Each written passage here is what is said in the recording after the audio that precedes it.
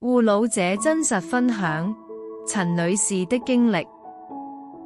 護信、護老歷程、互勉鼓勵，瞬間傳遞，透過故事傳揚愛與希望的訊息，作為與其他同路人互勉的信件。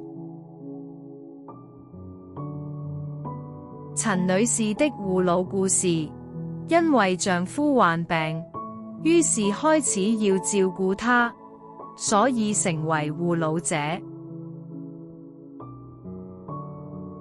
轉變的關係，因丈夫身體狀況變差，照顧壓力日益增加，而令到與丈夫關係轉差。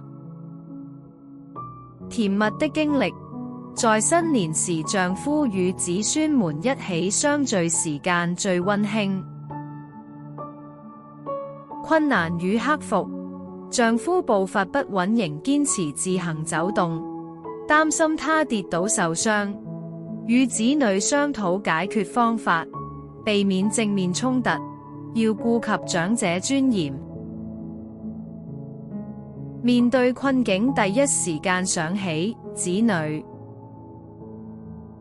幫助你的人說感謝或祝福，感恩在最無助時得到你的幫助，祝你身體健康。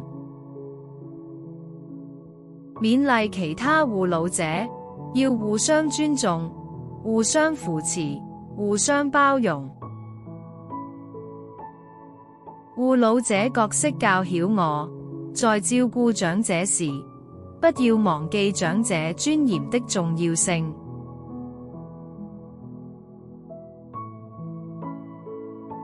如想分享你的護老經歷及勉勵其他護老者，歡迎投稿。你的護老故事經審閱後，有機會刊登於本中心網頁或電子刊物《護老三思》內。如果有需要社工代為筆錄，請致電護老者支援熱線